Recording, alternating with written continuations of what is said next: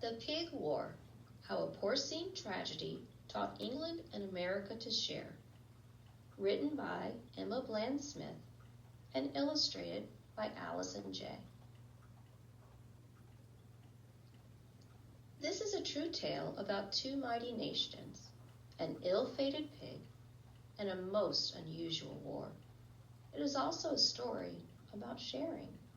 The date, June 15, 1859. The setting, a small but lovely island called San Juan, off the green coast of today's Pacific Northwest. Was the island American? Was it British? That depended on who you asked. The characters, a few dozen men who had gotten along okay, for the most part, for some years.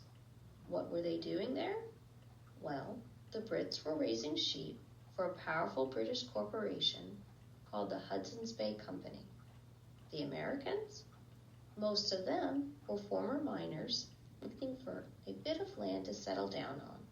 The mood? About to change for the worse. On this spring day, an American settler named Lyman Cutler looked out his window and spied a large pig rooting in his potato patch. The pig was British, or at least its owner was. Now, the Brits and the Yanks were on fairly good terms. True, they'd fought a terrible war, America's War of Independence, nearly a century before. And then about 30 years later, they'd clashed again in the War of 1812. But since then, things had calmed down. They were, if not exactly friends, then at least polite rivals in the exploration and settlement of the West. But still, tempers can flare, and on this fateful morning, Lyman's did. Maybe Lyman hadn't had his coffee. Maybe he'd slept poorly. Maybe he was looking forward to boiling those potatoes for his supper. Maybe he was thinking of the many painful miles he'd rode to buy the potato seed.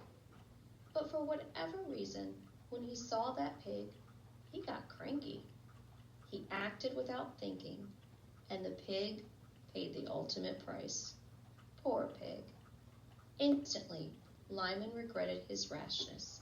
He hurried to the pig's owner, Charles Griffin, and offered to pay for the animal. A gleam in his eye, Charles asked Lyman for $100, and all would be forgiven. Simple, right? Not quite. $100 was an outrageous sum at that time. For that kind of money, a person could buy a nice plot of land. A farm laborer earned only about $200 per year. Lyman refused to pay. There is a better chance for lightning to strike you than for you to get $100 for that hog, he said. Charles was affronted. You Americans are a nuisance on the island, he bellowed. In Charles's eyes, the island was British. I consider it American soil, retorted Lyman. That was too much for Charles. By this time, he was more than a little cranky himself. He told an official, who threatened to have Lyman arrested and all his fellow Americans evicted from the island. The same day, Charles sat down and wrote to his boss, James Douglas, the governor of the Crown Colonies of Vancouver Island and British Columbia. That should do it, he figured.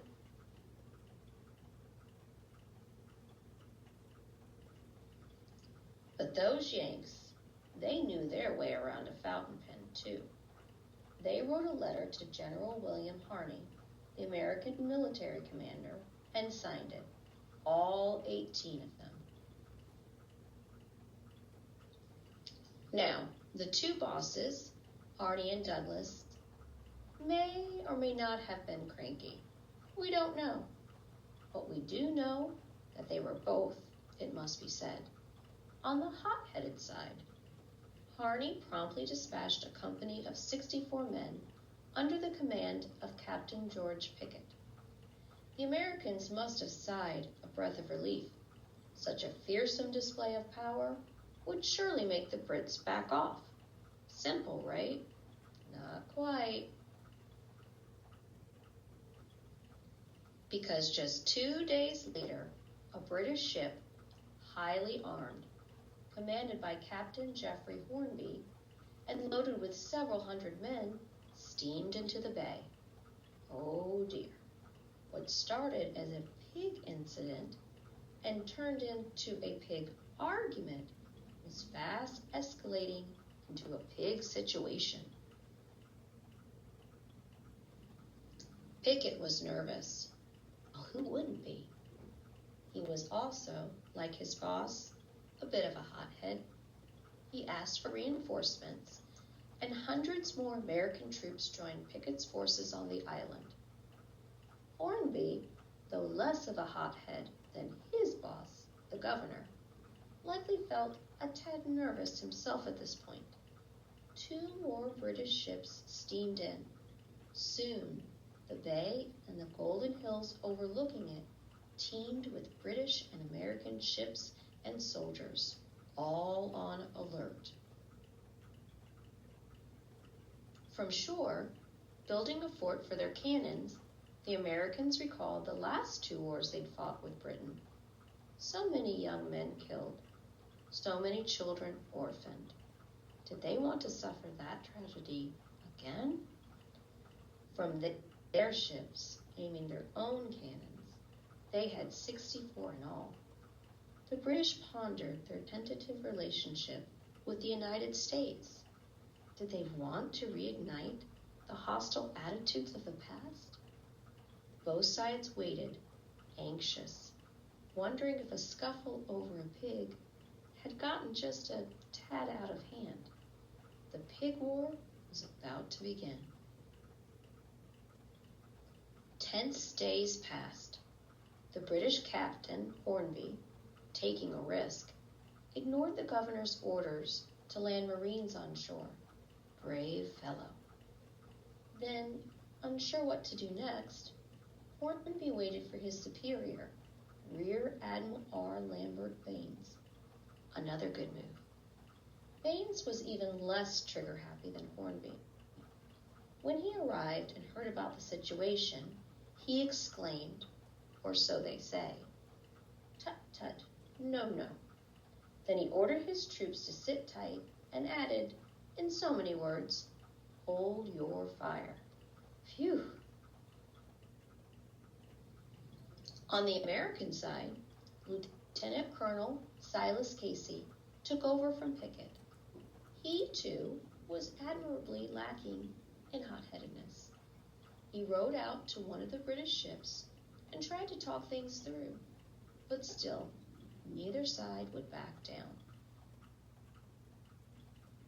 By this time, the government bigwigs had heard what was happening. A squabble over a pig in a potato patch was about to plunge the 2 nations into war. President James Buchanan, far off in Washington, D.C., was alarmed. So were the British officials. Buchanan sent a message. "Don't shoot, unless they shoot first," was the order, but in much fancier language.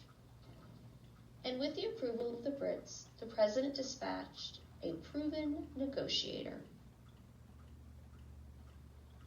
Hastily, or as hastily as possible, for a time when it took 6 weeks to cross the country, General Winfield Scott arrived to help the 2 sides work things out. General Scott, it will not be disputed, was the least hot-headed of the whole gang. He worked his magic. Maybe the soldiers missed their families. Maybe both sides had cooled off. Maybe General Scott was a persuasive speaker. Maybe all of the above. For whatever reason, the men put down their weapons, and the islanders agreed to share. Joint occupation, the officials called it.